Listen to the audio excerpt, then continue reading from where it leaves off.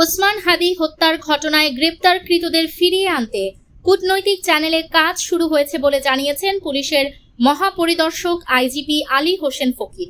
সোমবার ৮ মার্চ দায়িত্ব গ্রহণের পর প্রথমবারের মতো আইন শৃঙ্খলা পরিস্থিতি ও সমসাময়িক বিষয়ে কথা বলেন তিনি। আইজিপি বলেন, চাঁদাবাজির বিরুদ্ধে জিরো টলারেন্স, দলীয় কোনো পরিচয়ের ব্যাপারেও ছাড় নেই। চাঁদাবাজ ও অস্ত্রধারী সন্ত্রাসীদের তালিকা তৈরি হয়ে গেছে, অচিরেই অভিযান চালানো হবে। তিনি বলেন, মব সন্ত্রাস যারা করে তাদেরও তালিকা তৈরি হচ্ছে। উগ্র ও মৌলবাদীদের উত্থান রোধে কাজ করবে বাংলাদেশ পুলিশ। এ সময় তিনি জবাবদিহিমূলক দক্ষ পুলিশি সেবা দেওয়ার অঙ্গীকার করেন আইজিপি। আইজিপি বলেন, পুলিশকে জিরো কমপ্লেইন থানা হিসেবে প্রতিষ্ঠা করতে চাই, জনগণের সাথে পুলিশের দূরত্ব দূর করতে চাই। তিনি আরো বলেন, চ্যালেঞ্জ হচ্ছে দেশের জনগণ বিচার দ্রুত চায়। প্রতিটি থানায় যদি জুডিশিয়াল ম্যাজিস্ট্রেট বসানো হয় তাহলে বিভিন্ন জিনিস দ্রুত সমাধান করা সম্ভব।